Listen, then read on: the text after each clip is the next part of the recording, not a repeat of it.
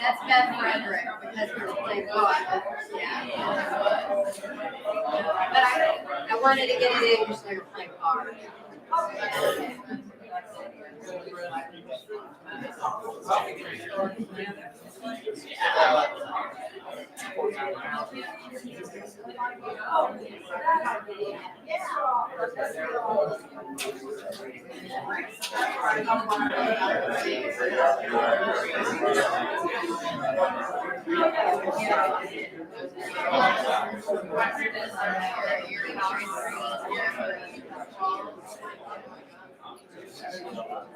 Yeah, yes. I think I was wondering.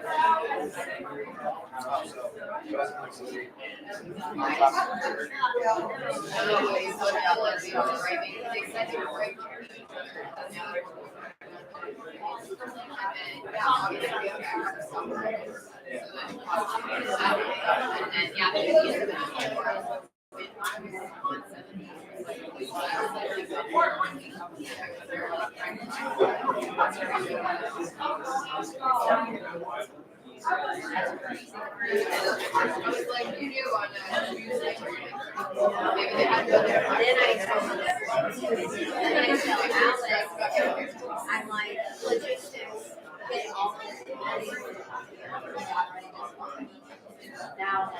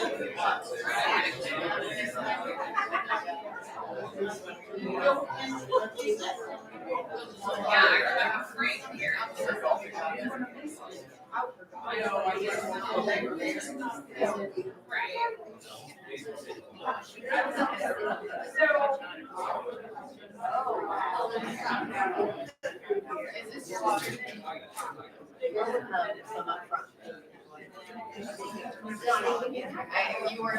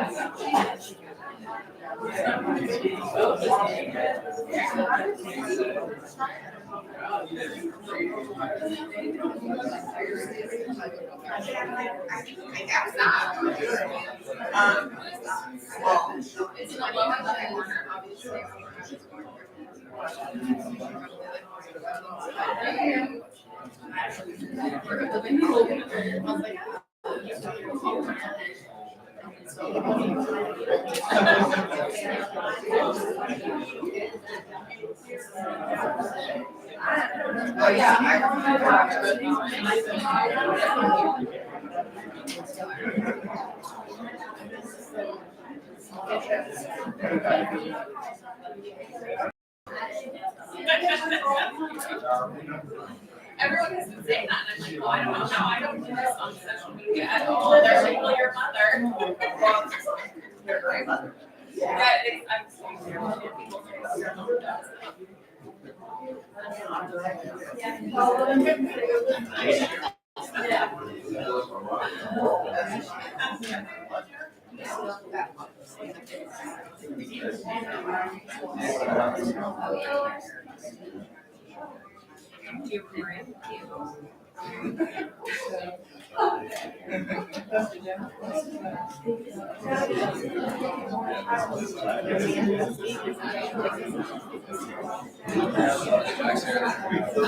Oh my gosh, John, look at your hair.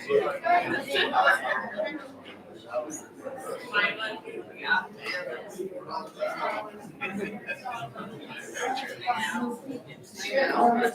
I wish. You wish it was not. You want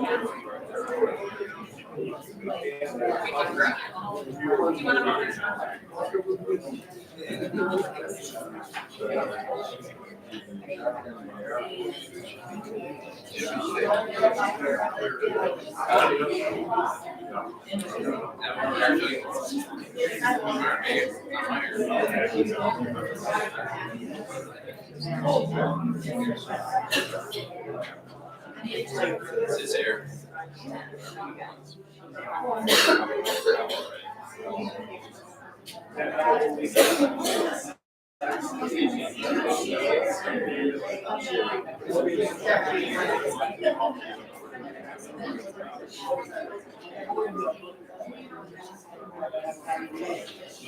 You guys are out in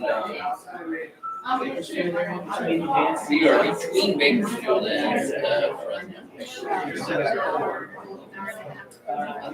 about 85 miles north. Okay. About 200 miles north of LA and about 230 miles south of San Francisco. Right in the middle.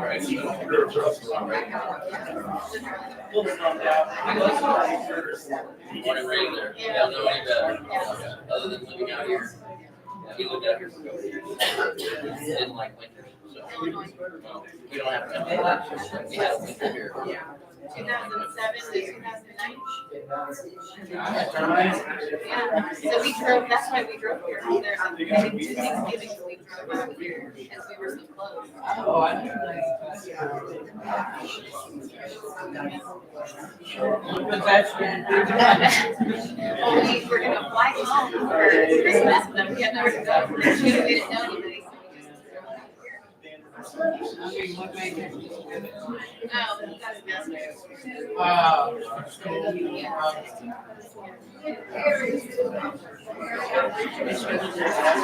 Science, but I don't work in the science. Yeah. I'm in the finance, agricultural lending. That part where we live, yeah, it's 300 miles south of Sacramento, 50 miles east and west in every direction. Intense agriculture. Yeah. But now anyway, the water going away, so yeah, it's gonna be much different.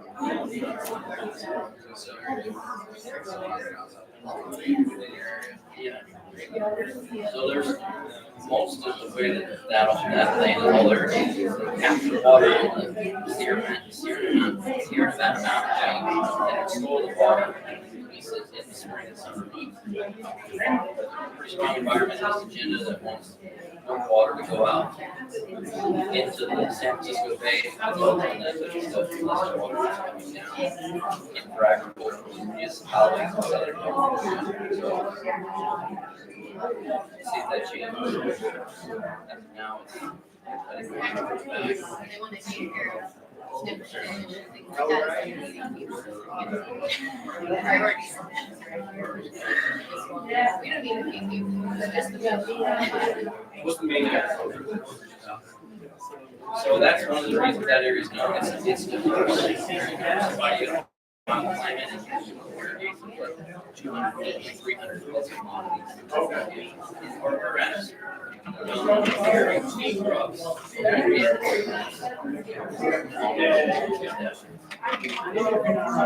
There's stone forests, plus stone fruits in that area.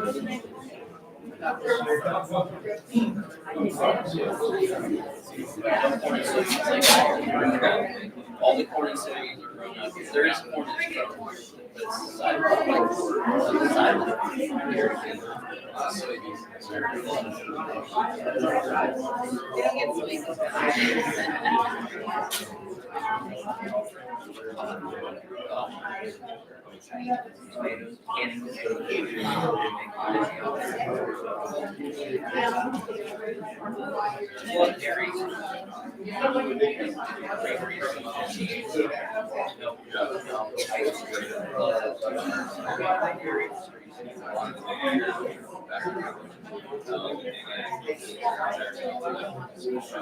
There's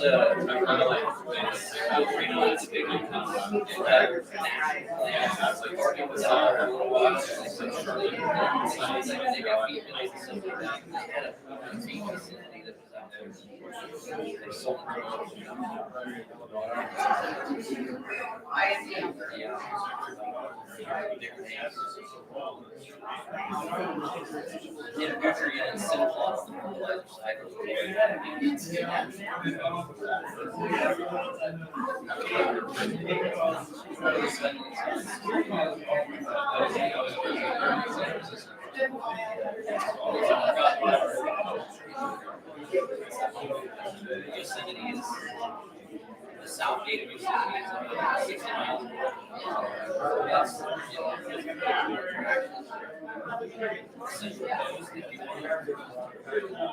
San Francisco LA,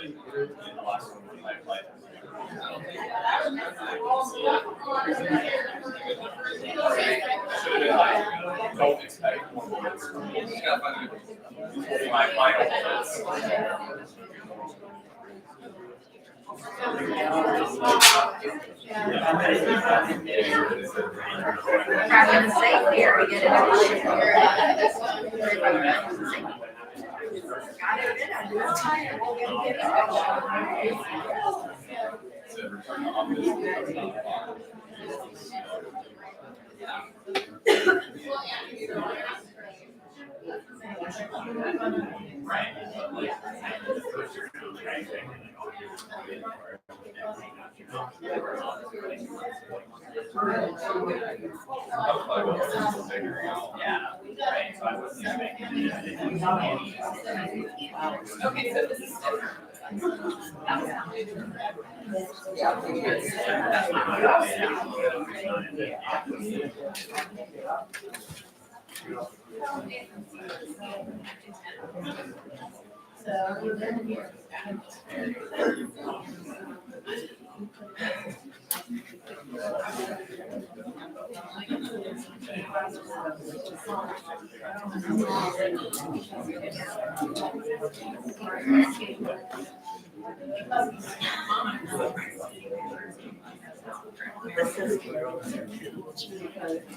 It's something wrong.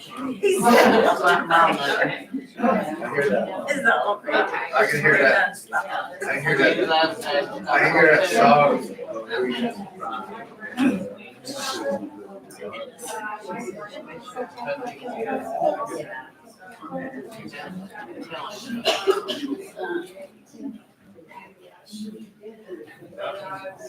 I can't get it.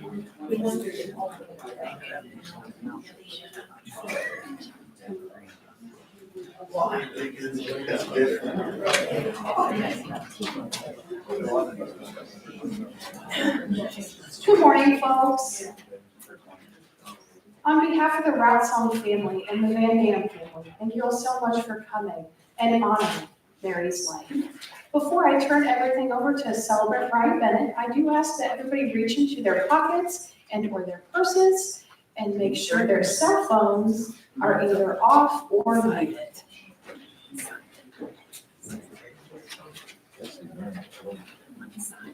Thank you so much. I'm going to turn everything over to celebrant Brian. Thank you. Well, as Erica said, good morning, everyone. Thank you for being here today. I'm sure it means a lot as a family to be able to see friends and family that maybe we don't get to see enough, and to come and celebrate Mary's life. You know, over the last 10 years or so, I think we've stopped calling what we're doing here this morning a funeral, and you're hearing more and more of the phrase life celebration. And I like that change, because as hard as a day like today is, and you know, it doesn't matter if we expect it. If it's the end of a long season of health, like in this case, it's still a hard day for sure. But there's a lot to celebrate over the course of Mary's story. And I had the privilege of talking to Sharon quite a bit. And my privilege, being able to come and get to hear the story about someone that I'd never met, is just exactly that. I'm a big believer that every story, it deserves to be told. Because we can learn from somebody else's story, we can be inspired by it. We can maybe put our own stuff in a different perspective, and that's part of the goal here today. Is we wanted to strike that balance between mourning her loss and celebrating her life. As Erica said, my name is Brian. I am a funeral celebrant. I have a normal day job, like most of you. I'm a leadership consultant by day, but I do this because several years ago I lost my mom to cancer, and this experience that you're having today became very personal. You know, the importance of coming together and looking at a bunch of old pictures, seeing friends, sharing stories. It is such a big part of the healing process. So again, on behalf of the family, thank you very much for being here today. There's a reading that says, it's okay to miss her. It's okay to say her name every day. It's okay to cry. It's okay to laugh. It's okay to breathe deeply. It's okay to smile when you think of her. It's going to be okay to have days when you can function, and it's going to be okay to have days when you just can't. It's okay to be angry. It's okay to be thankful. It's okay to remember. It's okay to hope. And the biggest thing is, it's okay to feel exactly however it is you're feeling. You know, the thing I've learned over the years of doing a lot of these life celebrations is grief is just a messy thing. There's really no script for it. The only right way to grieve is your way to grieve. And the best thing that a family can do for each other is just give each other space to feel however it is you need to feel. You know, today is only a piece of the puzzle that will go on. The first year is always the hardest. If you've lost somebody, you know the first year is full of reminders, because you have the first birthdays and the first anniversaries and the first holidays, the first everything comes up. And you think you're doing pretty good 7 months from now, and then all of a sudden something out of the blue happens and you're right back to today again. And so it is a privilege to be able to be here with you guys today. I can only imagine the different relationships that are represented in this room. Ernest Hemingway once said, in our darkest moments, we don't need advice from anyone. What we truly need is presence. We need people around us to acknowledge our suffering without trying to fix it. In those moments, silence and understanding speak louder than words, offering a quiet strength that reminds us we're not alone. It's not solutions we seek, but connection. And I love connection. I think relationships are the most important thing on this planet. I'm a big believer in something that I call holy collisions. And what I mean by that is if you think back over the course of our lives, sometimes we are lucky enough to run into the exact right person at the exact right time of our lives for the exact right reason that we were supposed to run into that person. Chances are you're sitting next to one of your holy collisions right now. And you think back to that first moment you met. Who saw who first? And who struck up the conversation? And what was it you saw in each other that pushed through all the layers of acquaintance and friendship and ended up being a significant relationship for you? Because if you think about it, we can set aside everything we've ever accomplished, all the stuff we've ever owned, and what life really boils down to are those holy collisions, significant relationships. And there's no doubt that's why you're here today. Somewhere along the line, your path and Mary's path of the families have crossed, and it was important for you to be here today. Well, whenever I have the privilege of doing a service like this, I consider this group sitting in this room on this morning, we're our own version of a holy collision. You cannot explain why this group of human beings would ever be at the same place at the same time. And yet here we are. And let's be honest, so we parked our cars a little bit ago. We all have things we're worried about. We have decisions we're trying to make. There might be something going on in your life this morning that nobody else in this room is even aware of. And all that stuff's going to be waiting for us when we go back and get in our cars a little later. So my hope and my prayer is that during this celebration today, we might open something up so that when we go back to our busy lives, we can take some of Mary's spirit with us. And that, to me, is the best way to celebrate someone's life when they get to live on through us. And so before I go any further, if you're comfortable joining me, I'd love to invite you, if you would, to join me in a brief word of prayer. Okay? Let's pray. God, I thank you for this exact holy collision of friends and family that have gathered today to celebrate Mary's life. I thank you for her story, for the lives of the people that she impacted and made a difference for. And I pray today, in the few moments we have together, I don't understand quite how you do it, but I have a personal belief that you can look down in a room like this and you know what's going on in the lives of every person in every chair in this room.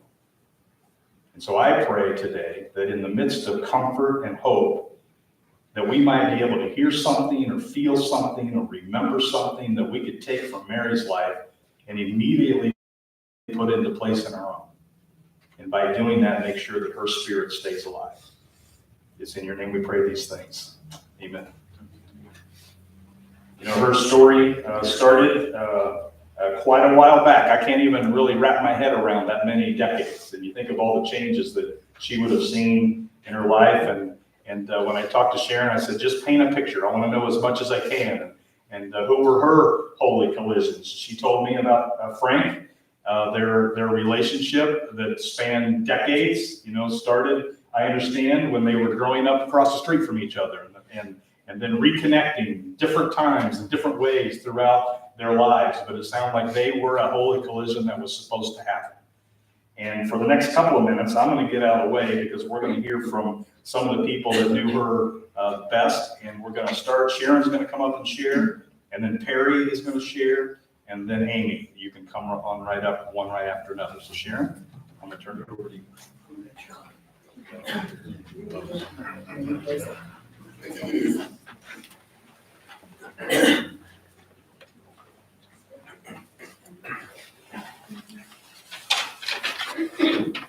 I need to get a joker. Your amen. She's my holy collision.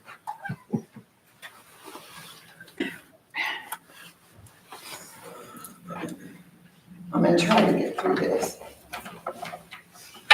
Those of you who knew Mom were witness to her kind heart, her love for family, and for those who were around her.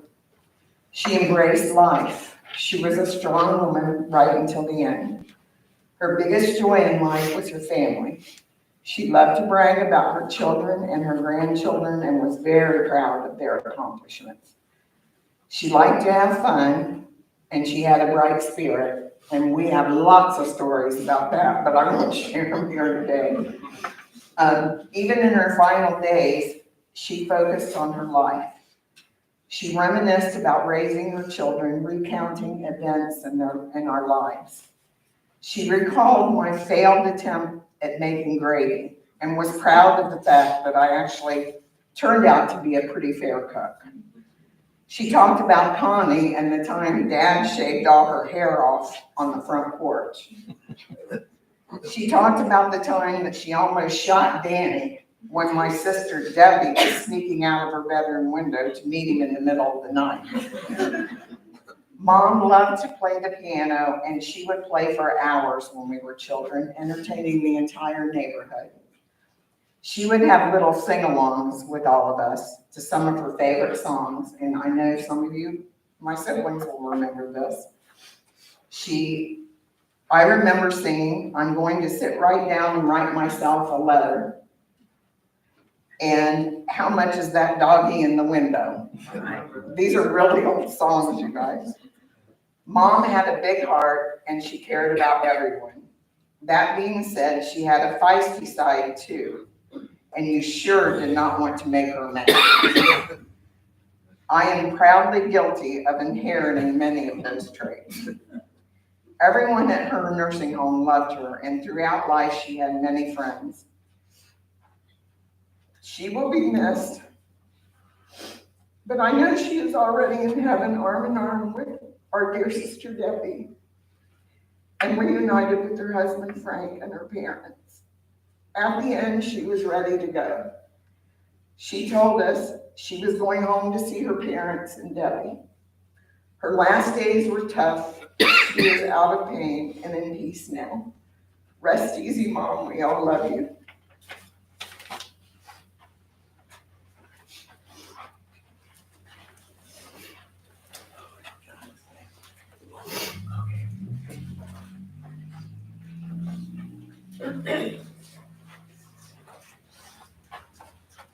So I'm Perry. I'm the fourth born out of 5 children. And I didn't write anything down. I'm just going to speak from the heart. But I want to start with the earliest memories that I have of my mother. And I can actually remember when I was maybe 2, 3 years old and getting a bath. Mom playing patty cake with me in the bathtub and singing to me. If I knew you was coming, I'd bake a cake.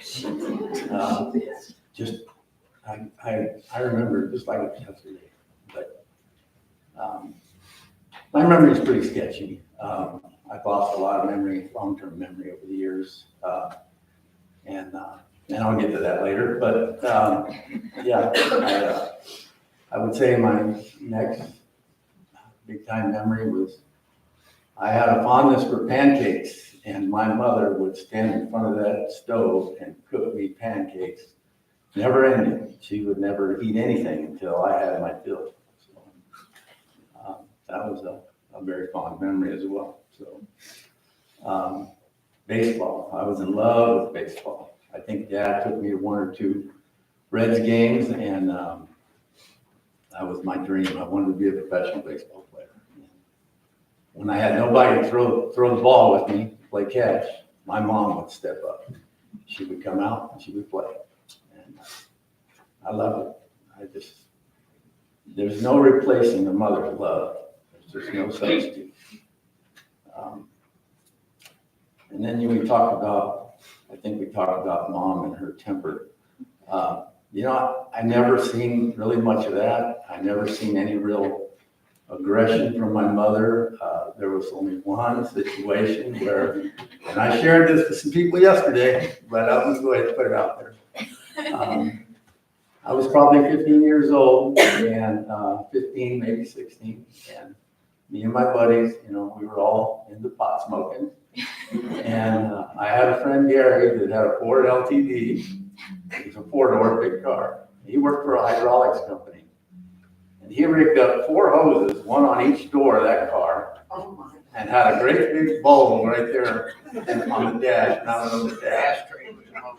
And it was literally right out of a Cheech and Chong movie. He lit that thing off, he turned on the air conditioner, and we were all super smoking. So, and Mom, this is right in front of my house. Mom comes out of the house and she is knocking on the door and she can barely see me for the smoke in that car.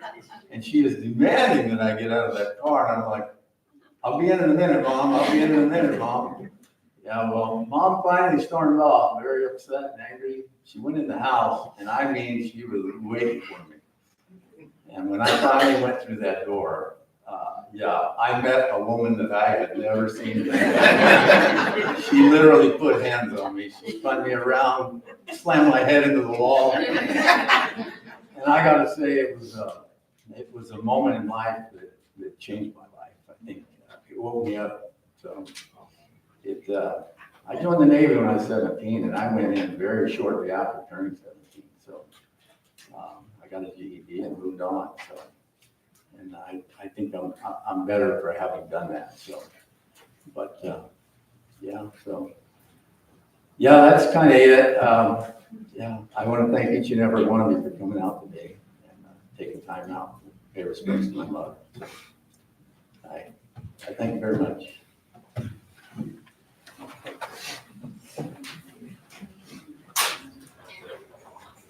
Hello.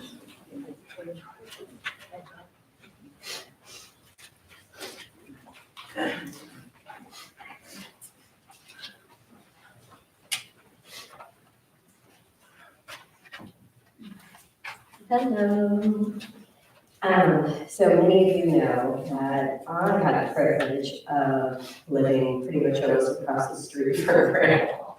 So there were times that I would run out of food, frappa, mochas, coffee, and after one Sharon, because she couldn't keep anything from anybody. She told the truth about everything. And I would be like, Grandma, it's 1:15, you don't have to tell Sharon. Because she wasn't allowed to have caffeine after lunch. So, but she'd still tell her, oh, wait, I know.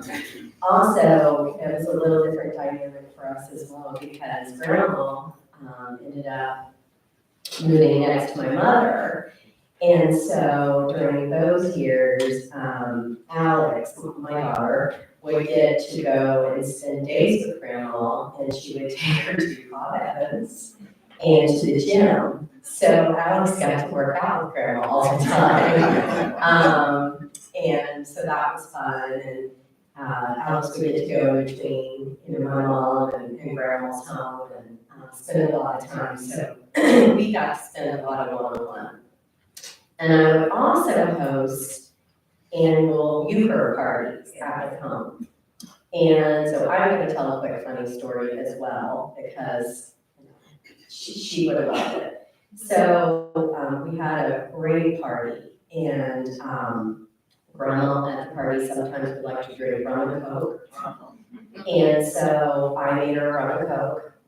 And so did the rest of everybody at my house that I was not aware of. So it's now midnight, and I look over, and Grandma gets to stand up, and she falls over. And I was like, oh my God, what have we done? Well, I just didn't realize that someone kept filling her drink. So we had to get her back to the nursing home, okay, Vanessa's stuff. So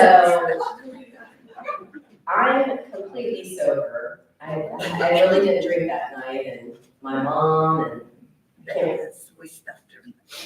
anyways, we're on the car, and she passes out in the car.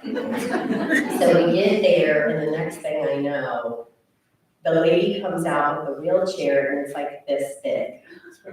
And I'm like, I'm gonna cuss. I looked at the lady, and I say, her ass is way bigger than mine. There's no way I'm getting her in that wheelchair. So the lady comes out. By the time it was all over, I mean, she had a ball, The Euchre parties were endless. She would whoop everybody at Euchre. Like, she was not letting you win.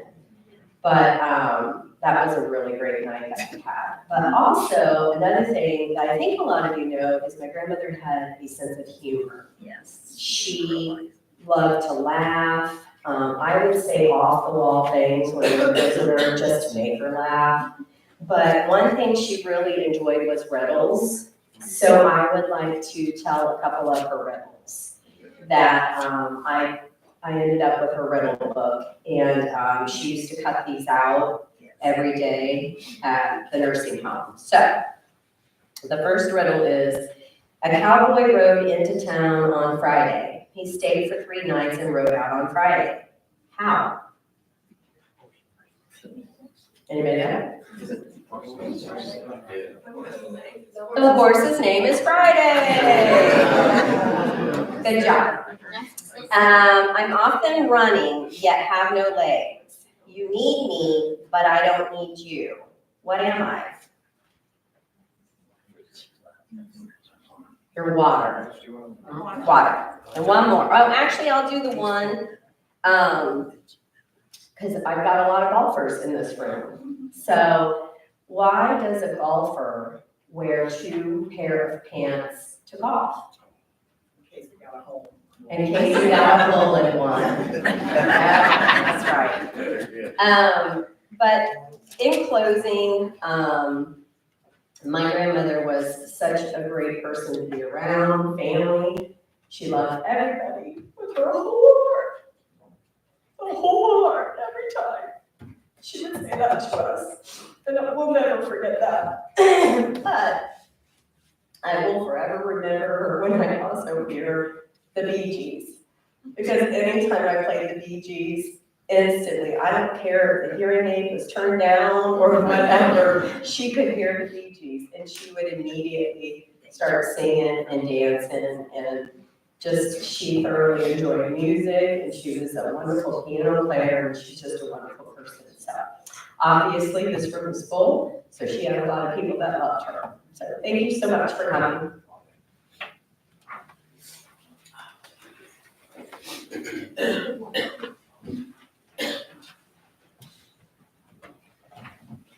What an excellent collection of speakers. I mean, just perfect balance. And, you know, if you all have stories, I see you're going out to lunch here in a little bit, through social media, whatever, you may have a story or a picture that maybe the family doesn't have. And so in the days and time ahead, find a way to get a memory to them, okay? It's just such a big part, but all 3 of you, just great job. I've been doing this for 30 years. Perry, that was the first open smoking weed story.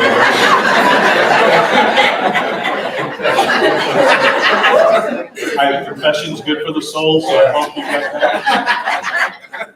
And interactive riddles, I just two first here today, so just a great job. And I know, Sharon, you didn't even know if you could make it through that. You just nailed it. Just a great job.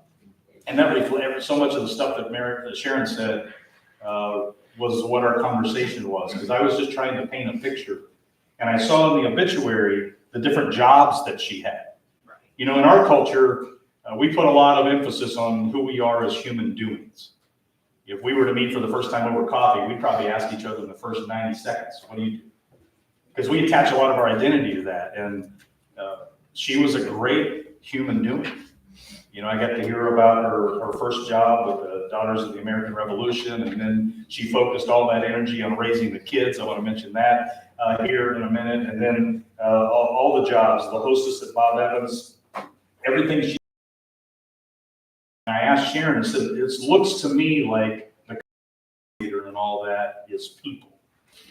Yeah, she had different jobs. She was really good at all of them, I understand.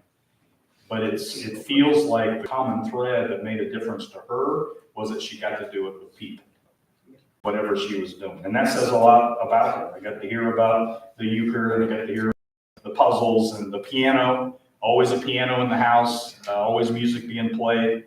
I guess the kids really never picked up on it. She tried, never picked up on it. But there was a relative that did, right? Did somebody Yeah. play really well? Her two grandsons Okay. got into music, my son, Justin, and Daniel. Where are you, Daniel? She taught me how to play. That's awesome. Just great memories, you know, great memories. And then our conversation, we transitioned to, okay, that's what she did. Tell me about her as a person. My favorite thing that Sharon told me is that she was woke before woke was ever a thing. And that immediately kind of clued in on to the story that we were dealing with. I love that. She said she was just loving towards everybody. Didn't matter who you were, what label you went by. And man, if our whole society was like that, wouldn't it be just a better place to live all the way around? I guess the people at the nursing home all these years have just grown to love her personality. And she did tell me that she had a feisty and fiery side. By the way, Sharon, when you said that you've inherited that, your husband quietly nodded. My friends probably did. And then she told me about raising the 5 kids. She said at one time there were 3 kids in diapers at the same time before there were Pampers and Loves and all these cloth diapers. For you younger people, you may not even realize that was a thing. You know, I have 3 small grandchildren right now. I can't even comprehend what that must have been like, but I guess she took a lot of care into that and really and loved to make sure that the girls were the dresses were ironed, they matched, they were pristine, and if something got messed up on the way to church or somewhere, she would take them back and start all over again and make sure that they looked exactly the way that she wanted. I got to hear about the home cooked meals and how big a deal Christmas was to her, how much she loved family. Was everything to her. And then I get to hear these last few years, I know that there were some memory struggles. And if you've ever been through that with a loved one, I'm not sure on this side of heaven there's much more difficult to deal with. Because in a way, you just have to say goodbye twice. Fortunately, she still knew everybody, but got some of the stories entertainingly mixed up. I remember when I was a kid, I didn't grow up in a church, but I did go to this youth group. And every Wednesday night, we went up to a local nursing home, and each one of us in high school, we had an adopted grandparent. And my adopted grandma that I knew for 2 years was a lady named Charlotte. And I visited her every Wednesday night, got pretty close, but she had memory issues. They didn't call it dementia or Alzheimer's back then, but she had that. And her stories, I never knew what was going to come out of her mouth. You know, she had dated Elvis. She had been the first lady at one point. And then every Wednesday when I was there at 6:30, the old television show MASH was always on the TV. And every time that one of the characters played by McLean Stevenson came on, she would point and tell me that was her nephew. I mean, it was just one thing after another. And I knew her for almost 2 years. I loved her because she was just so present with me. Her health was failing towards the end of that 2 years. I went to see her on one of those last Wednesday nights. I kid you not. McLean Stevenson was sitting in her room because he really was her nephew. Then I'm like, well, what was Elvis like? Now I don't know. I don't know what's real and what isn't. And you know, when Sharon told me the story, I know it's hard to say goodbye. But is there a little bit of blessing that she got to say goodbye before the memory issues got to be so bad that she didn't know it? You know, because I believe that she's in a place now, and I know that Mary believes she's in a place now where there are no memory issues. There's no COVID, there's no war in the Middle East, there's no division. She's in a place now, and what, you know, I do a lot of these, and sometimes there's not an assurance that the person had to believe that they get to go on. They didn't believe in that. And, you know, the reading in the little booklet that we have here today was specifically picked out. And I love this reading because it said, this is, let's say this is coming from Mary. I am home in heaven, dear ones. Oh, so happy and so bright. There is perfect joy and beauty in this everlasting light. All the pain and grief is over. Every restless tossing past. I am now at peace forever, safely home in heaven at last. Then you must not grieve so sorely. for I love you dearly still. Try to look beyond earth's shadows. Pray to trust our Father's will. And you know, if you share that belief today on any level, then you don't have to say goodbye. You can say, and mean it, Mom, Grandma, friend, we'll see you later. You know, that phrase is carved into my mom's tombstone. We'll see you later. Because that provides hope. I don't know what it looks like. I don't know where it is. And anybody that claims that they do is just trying to sell a book or a movie. But I do believe it. I believe that the spirit that Mary had in her life and the spirit that she poured out on others, it still lives on today. She is reunited with Debbie, with the people that matter to her. And I get a feeling that the fiery, feisty side of her will anxiously be waiting to see each one of you the day that you get there. I'd like to close my time with you by sharing a reading. And after I got to hear about her personality, I picked a reading that I hope matches her spirit. It's part of a speech that Anna Quinlan gave one afternoon to the graduates of Villanova University. One of the most powerful speeches I've ever heard. And I hope that it matches the kind of life that Mary lived and the kind of life that she stood for. Anna Quinlan said, "You walk out of here today with the only one thing that no one else has. There will be hundreds of people out there with your same degree. There will be thousands of people that do what you do for a living. But you will be the only person alive who has sole custody of your life, your particular life, your entire life, not just your life at a desk or your life in a bus or in a car at the computer. Not just the life of your mind, but the life of your heart. Not just your bank account, but your soul." People these days don't talk about the soul very much anymore because it's much easier to write a resume than it is to craft a spirit. But a resume is a cold comfort on a winter night or when you're sad or broke or lonely or when you've gotten back the test results and they're not so good. So she said, "Here's my resume. I tried to be a really good mom. I tried to never let my profession stand in the way of being a good mom. I no longer consider myself the center of the universe. I show up, I listen, and I try to laugh. I'm a good friend to my husband. I've tried to make my marriage vows mean what they say. I show up, I listen, and I try to laugh. I'm a good friend to my friends, and they are to me. Without them, there would be nothing to say to you today because I would simply be a cardboard cutout. So I call them on the phone when I can. I meet them for lunch. I show up, I listen, and I try to laugh. I would be rotten or at best mediocre at my work if those other things were not true, because you cannot really be first rate at your work if your work is all you are." So here's what I wanted to tell you today. And I have a feeling that if somehow miraculously Mary could be standing where I'm standing, knowing what she now knows, she'd give the exact same advice. Get a life. Get a real life. Not just the manic pursuit of the next promotion or a bigger paycheck or a bigger house. Do you think you'd care so very much about those things if you blew an aneurysm one afternoon or found a lump in your breast? Get a life in which you're not alone. Find people that you can love and people that will love you back. And remember that love is not leisure, it is really hard work. So pick up the phone, send an email, write a letter, kiss your mom, hug your dad. Get a life in which you are generous and realize that life is the best thing ever, and we have no business taking it for granted. She said, "I learned this many years ago because something really bad happened, something that I wish had never happened at all, but it has taught me the biggest lesson of my life. I have learned to love the journey and not the destination." And I tell everybody the same advice.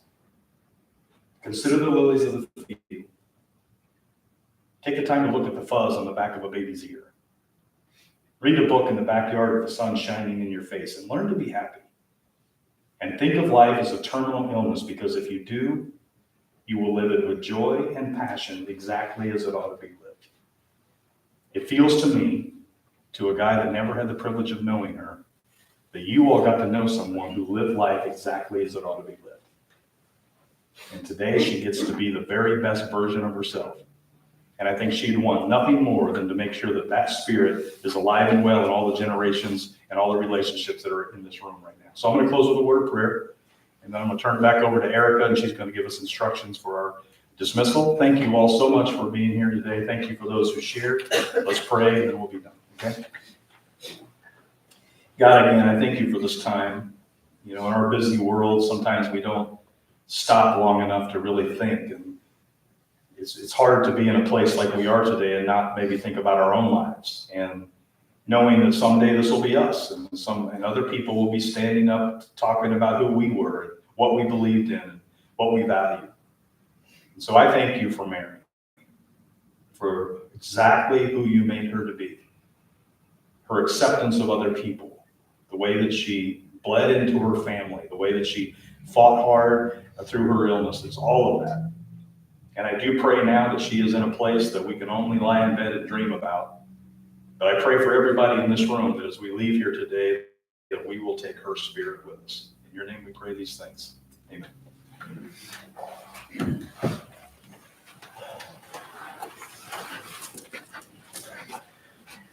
Folks, this does conclude the services here this morning. Again, on behalf of the Ratzon family and the Vandam family, thank you all so much for coming and honoring Mary's life.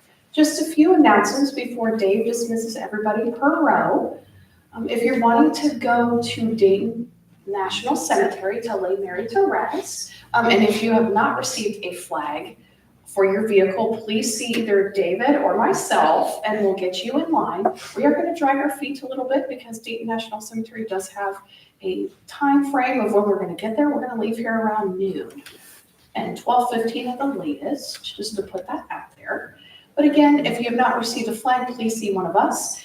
When I do make another announcement to let everybody know to get to their vehicles, please turn your headlights and your four-way flashers so it is obvious we are in a funeral procession.